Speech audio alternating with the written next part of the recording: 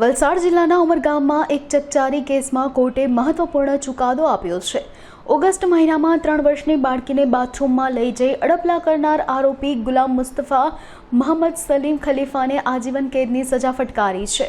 આ ઉપરાંત 50,000નો દંડ પણ ફટકારવામાં આવ્યો છે અને બાળકીના પરિવારને 6 લાખ આપવાનો ઓર્ડર કરાયો છે। આ ઐતિહાસિક ચુકાદા અને પોલીસની કામગીરીને રાજ્યના ગૃહમંત્રીએ પણ સરાહના કરી છે। ગુનાના કામે પોલીસે જે ડિટેક્શન અને એવિડન્સ કલેક્શન કર્યું જેના કારણે આ સજા સુધી પહોંચી શક્યા છે, જેમાં આરોપી બનાવ વખતે જે સ્થળ ઉપરથી ભાગી ગયો હતો તો પોલીસે તેને પકડ્યો તેટલી ઝીણવટભરી કાળજી રાખેલી કે એની રેલવેની ટિકિટ સુદ્ધા કબજે કરેલી। તે ઉપરાંત આરોપીનું મેડિકલ કે જ્યારે એક વિટનેસ ત્યાં હાજર હતી તેણે તે આરોપીને પકડવા માટે પ્રયાસ કર્યો, એનો શર્ટ ફાટી ગયેલો, એમાં એને હાથાપાઈ થયેલી, એમાં ઇન્જરી થયેલી અને એ મેડિકલ એવિડન્સ। તે ઉપરાંત ભોગ બનનાર બાળકીને જે પ્રાઇવેટ પાર્ટમાં ઈજા થયેલી તે ઈજા પણ મેડિકલ એવિડન્સમાં આવેલી હતી। અને તે ઉપરાંત કોર્ટની અંદર ભોગ બનનાર બાળકીનો સચોટ પુરાવો, 3 વર્ષની બાળકીનો સચોટ પુરાવો કે જેને કોર્ટે ધ્યાનમાં લીધી છે, પ્લસ કોર્ટની અંદર વિક્ટિમ બાળકીનું આઈડેન્ટિફિકેશન, એટલે પોલીસની જે ઇન્વેસ્ટિગેશનની જે પ્રક્રિયા જેટલી ઝડપથી કરવામાં આવી અને જે એવિડન્સ કલેક્ટ કરવામાં આવ્યો તેના માટે આ ટ્રાયલના આ તબક્કા સુધી પહોંચવામાં ખૂબ જ સરળતા રહેલી।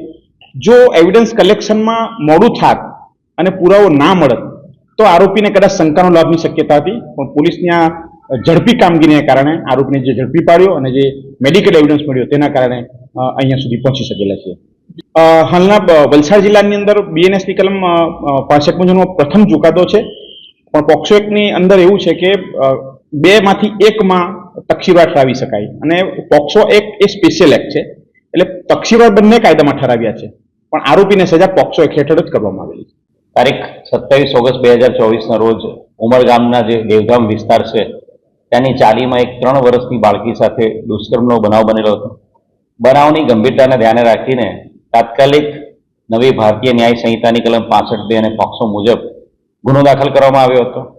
જે આરોપી છે એ આરોપી ગુજરાત રાજ્યની બહાર ભાગી જવાની કોશિશ કરી રહ્યો હતો ત્યારે એ આરોપીને ક્રાઇમ બ્રાન્ચની ટીમ દ્વારા તાત્કાલિક ટ્રેનમાંથી પાલઘર ખાતેથી 1 કલાકની અંદર એને પકડી પાડવામાં આવ્યો હતો।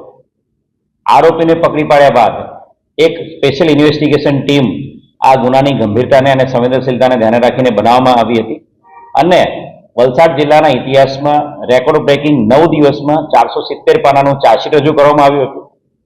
આ ગુનાની ગંભીરતાને ધ્યાને રાખીને જિલ્લાના સ્પેશિયલ પબ્લિક પ્રોસિક્યુટર આપણા અનિલ ત્રિપાઠી સાહેબ એમના દ્વારા આ કેસમાં ડે ટુ ડે બેઝિસ પર હિયરિંગ કરવામાં આવ્યું હતું।